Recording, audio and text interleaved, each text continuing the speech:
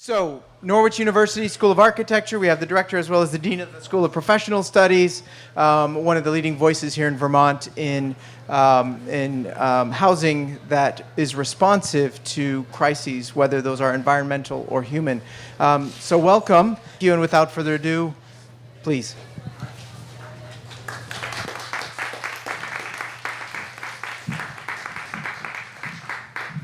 Good afternoon. My name is Cara Armstrong, and I'm the director of the School of Architecture and Art at Norwich University.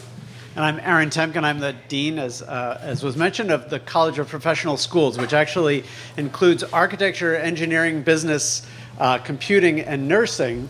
And we feel very fortunate that unlike a lot of colleges that have some of those, we have all of them together. And because of the fact that we try to conduct a design-build project and bring it from start to finish, from conception to execution every year, the fact that we have students in all of the architecture, engineering, construction fields together and actually who are willing to work together, it's meant that we've been able to do, I think, far greater work and far more successful work year after year because we're actually taking advantage of all of their expertise as a collective. Yeah, and even though this is our first year here at the Tiny House Festival, we have been doing design build since 1820 when engineering and architecture were listed in the first catalog of Norwich University. And we've been really working more tightly as a unit in the past 25 years. So we wanted to show you some general design build that we've been doing, and we'll go through those quickly and then spend most of our talk about things that are much more on housing and tiny house oriented. So we've been doing this for a long time. We did a day camp project in Randolph. Almost every one of these projects is very connected either to and driven by a community that's come to us or an organization that we work with who try to do things more for not-for-profits and municipalities than for individual clients most of the time. We did this beautiful ice rink project in Randolph. You can see that's one of the bigger projects that we've done with students. And then this Roxbury Library edition. And these were done before I got there. I've been at Norwich since 2010. And then we've done a couple, and I put these first, even though they're more recent, because they're not housing-oriented. These are non-conditioned structures, but there's some beautiful buildings that we've done and which have really started to get a lot of recognition and win awards. This is called the Dutch Angle that we did for the Northfield school system, and it's a really beautiful structure. Students and anytime we do these things with a school, we actually get the students at the home institution to join us in the design process. And then this year we did this building that's called the Nest. It's an outdoor classroom for Union Elementary in Montpelier, and the elementary school students were incredibly excited to work with us on this. There's a hammock in it, which the students are kind of sitting in that upper right photo. There's a play wall. And they can even kind of climb in on a ladder from beneath. So it's a classroom, it's a play space, and it's got green vines that are going to grow over it as it eventually reaches its destination. Yeah, and I just want to point out, too, this is the peg wall, which is an active wall, which the elementary students built with our students. So even though they're elementary students, they're helping us do the design build so they feel part of the overall designing community. Right. We saw that there's a shipping container company on the road, and we know that's a model that some people use for tiny houses. We did this project, which was very useful. It's taught us a lot of things. This was a 20-foot shipping container we converted into a mobile geology lab. And you can see, for instance, we were looking at how do we add a fairly substantial solar array that's highly adjustable both in angle and in amplitude, so that it can be manually adjusted to track the sun, even though it doesn't need a manual system. And then you can physically, two people can take it apart, put it inside, and it can be moved to another location. That's what it's like on the inside. And then we started in 2011. It was one of the first houses that we did. This was a test run for us.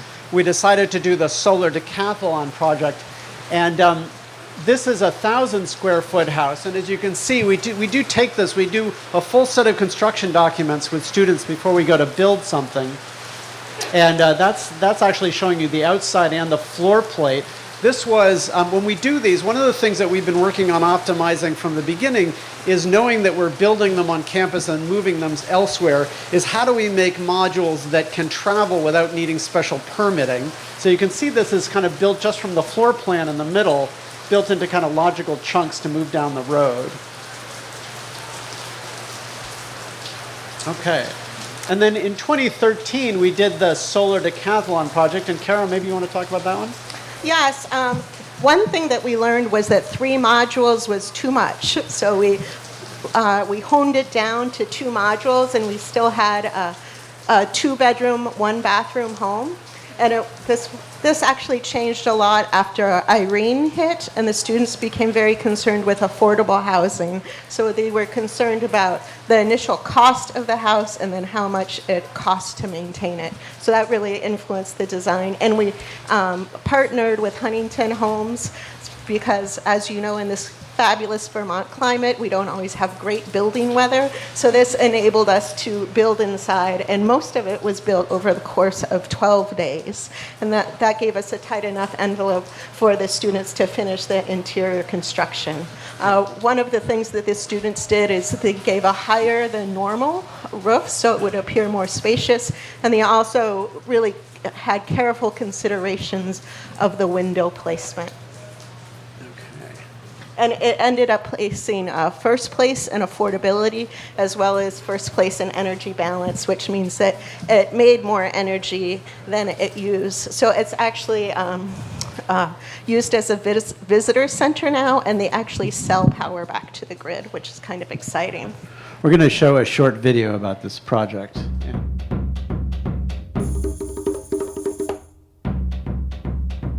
The Delta T90 team believes that high-performance, solar-powered dwellings should be accessible to all, and that good design is not a function of cost. The Delta T90 house is widely accessible as a locally factory-built solution for New England's unique environmental and economic challenges. Elegant detailing, high-quality insulation, streamlined mechanical systems, and an open floor plan enhance the way of life of a household. The Delta T90 house works. It works to maintain an interior temperature of 70 degrees when the exterior temperature is -20, a 90-degree temperature difference. It works without compromising efficiency or livability. We made the solar-powered home that's affordable for households earning 20% less than the average Vermont median income. This is accessible, this is here, this is now. The open floor plan of the kitchen and living room is bright and spacious. The Delta T90 house maximizes the cost per square foot value by eliminating the mechanical room.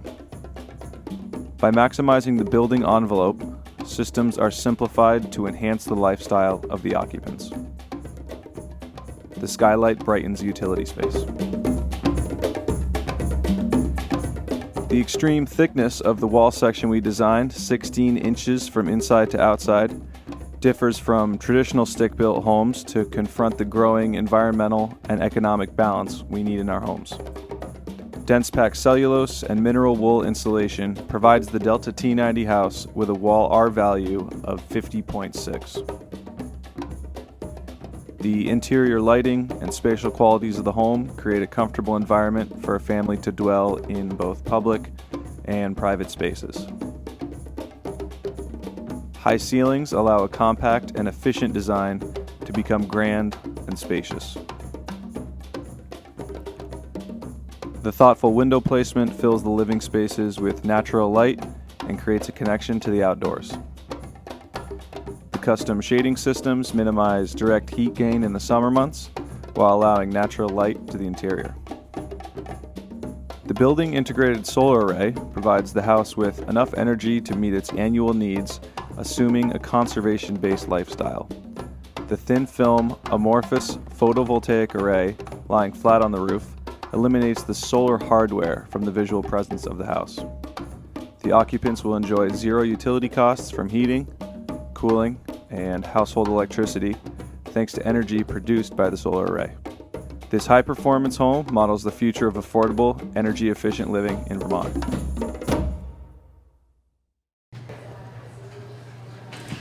So our next project after that was the Arca stream, which was taking an 1969 Airstream trailer and turning it into a kind of a mobile design gallery that traveled around the state. We got to use really kind of cool both digital fabrication and hand fabrication to make the interior. And this is our first tiny house, built in 2016, Casa 802. And actually, the owner, who's been occupying it for more than a year, is at the Tiny House Fest. We got to see her today. So, and this is a 324-foot square home. It's 1 bedroom, 1 bathroom, but the bedroom is large enough to accommodate a queen-size bed, and it's also a full-size bathroom. And there's an integrated porch with the windows, so when you're in the house, it actually seems much more spacious. And I don't know if you can exactly see it, but and I've seen this at least one other presentation today. There's a Japanese technique of charring wood to make it more weatherproof, and the students chose to do that as part of the exterior skin, where it doesn't have that standing steam that wraps around. So beautiful local material, but with it made to be very durable. So you don't have to pay for painting and upkeep. Yeah. Standings. This is the floor plan's quite efficient. You can see that little open porch opens onto a living space and kitchen space. There's a bathroom with it's about 4 feet wide that has a shower, and then there's a bedroom suitable for a queen size bed in the back and a closet. This is what the interior looks like. And the students designed all of the furnishings and made them as well. Yeah. Bathroom. They did a nice detail. You can kind of see on the left they converted a sap bucket into a bathroom sink. And for 2 of the walls, they used metal sheeting, so you can just wipe it down. Yeah. Good detail if you're looking for a way to make a more weatherproof interior without having to go into all the layers of traditional tiling. And then we had one of the faculty worked with Habitat for Humanity in Vermont to develop a habitat house as another kind of a very affordable alternative. This is the largest we've worked on as a design. This is a 1,400 square foot house. Now, we didn't build it, but our students did work on the construction documents for this. While the tiny house and these 1,000 square feet is a decent size for starting and finishing a project within an academic year, we're very interested in working with partners to do larger scale and multi-unit as well, because the fact is that we've made affordable housing a high priority in many of the projects that we're pursuing, and the fact is that affordability is not a one system solution. You know, we have to look at it for higher density, we should be looking at it for tiny, we should all be looking at it for levels of smallness as well. And that this is also uses a lot of passive heating and cooling systems, which makes it more efficient. One of the things we learned is there's not always money up front to buy your own solar array, so we looked at something that could be added on longer. And we also started looking at the tiny houses as having one core unit that could be added on to over time, just like Vermont farmhouses kind of grow over time and through generations. We thought that the tiny house with a core could start growing too. So we did the Su-Casa. You notice the casa kind of is a carrying through here, which stands for? Creating affordable, sustainable architecture. Okay. So the Su-Casa is, this is interesting. The students went and did research about what is the average square footage for a 4-person family globally.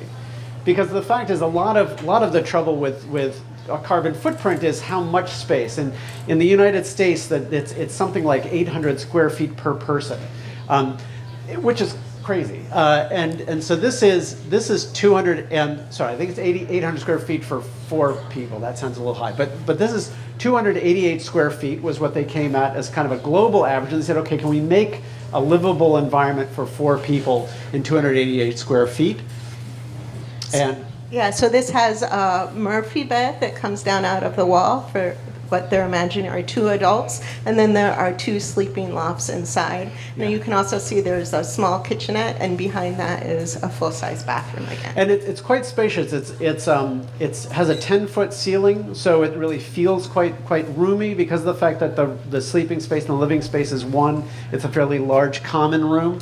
And then there's a fairly generous sized bathroom in the back. You can see a little bit, that's not so easy to see, but this kind of this exploded axonometric shows you that it's almost 80% of it is kind of primary living space and sleeping space, and just a little bit for storage above, and the bathroom at the end. But there is additional space for storage outside that Yep. helps define the front porch. Yeah. And it was also designed with Vermonters in mind, so on the exterior back wall of the house, you can hang your canoe. Yeah. Yeah. So this was done in partnership with Fontaine Millwork and Forestry, and they've been offering this for sale as a kit for $28,000 as a kit of parts, and $36,000, I believe, if you want to buy it. $37,000. 37. Thank you. Assembled. The other thing that was really great about this was an attempt to see, could we do a whole tiny house with all regionally sourced materials? So this is almost an entirely a wood-based and wood product-based assembly with no plywood, because we don't make much plywood in Vermont. So even the exterior insulation is a wood fiber-based material. Interestingly enough, of all these small houses, from the Delta T90 through this one, are typically using those kinds of air exchange units that the previous speaker was mentioning. So it's basically pushing air out from one and pulling it into another, because these are relatively tight. Although this has no vapor barrier. This is meant to be a system that absolutely breathes without ever running the risk of getting too moist. And that's the floor plate. And you can see we're doing fairly high-tech energy modeling as we do all of these, trying to make sure we're really getting the best quality of life in them, as well as having them function well. Okay, so that's a lot in a short amount of time, but I just want to mention one thing. So the reason we titled it the way we did is that we are trying to look at optimizing a lot of different things, and we can't optimize everything in every project, but we've been thinking about how could we develop a better trailer for transporting these, so we can carry them lower to the ground and get more square footage. We've been thinking about the fact that with these small projects we can get, they don't have to be built, they don't have to be framed the way that bigger buildings are built. So how can we make them lighter so they're more cost effective to build both and to transport? And we've also been trying to figure out how to get, you saw in the Delta T90 we had a 16-inch wall. We've actually gotten it down in the latest projects down to about a 6.5-inch wall with no thermal bridging and R value in the 40s. So we're trying to find all the ways to make the most of a very small amount of livable space. So small is good, right? So it's really optimization. It's not all about being tiny. It's about the most for the volume. Or as the Eames would say, the best for the most for the least. Here, here. So, any questions? Sir?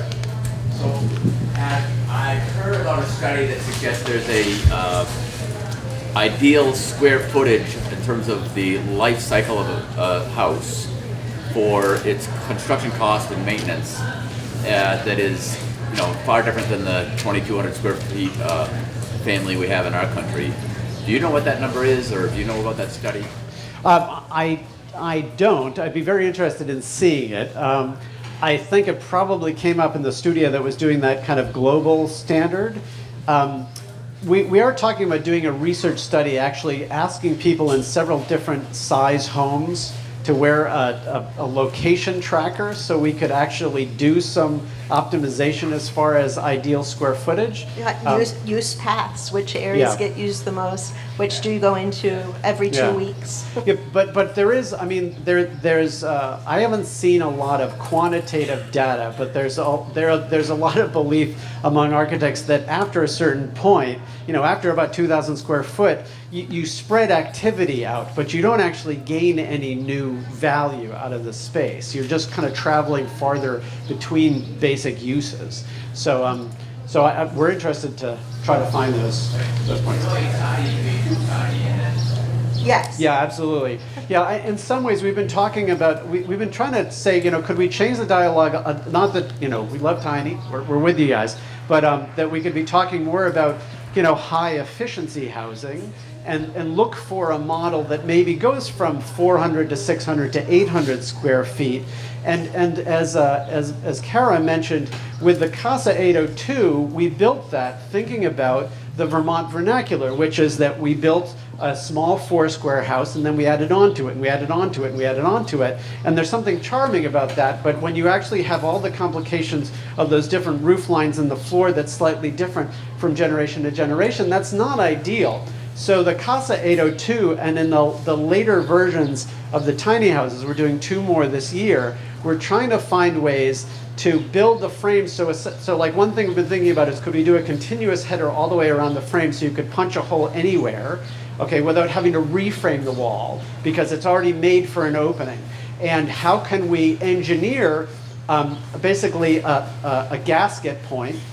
Casa 802 is already designed for that. So when you say, let's say you have a child and you want to add a bedroom, you don't have to leave that house, but you can punch a hole, you can build the next volume, you can connect it together, and the logic of that system is built into the genetics of how the building is framed and sited. I'm just curious on that, I think it was California 90 that has the flat roof for the PV array. Yes. What do you do in the wintertime? Is it a question about snow load or the solar, or both? Okay. No. Okay. So the fact is, it's not that difficult to build a flat roof. Yeah. Yeah. It's true. The PV array can't be performing year-round, but it generates enough energy year-round. So in peak season, like in the summer, it sells back to the grid, and then yeah. Right. Yeah. So the Delta D90 definitely has to be tied to the grid because you're not generating. But overall, it's calculated so that you produce more overall than you need. Yeah, I hope everybody noticed in the video that the electric meter was going backwards, not forwards. I think they figured it out that it only has to be sunny for 160 days for it to be energy efficient, or to be net zero for the year. Any other questions? Thank you all for your attention. We really appreciate it.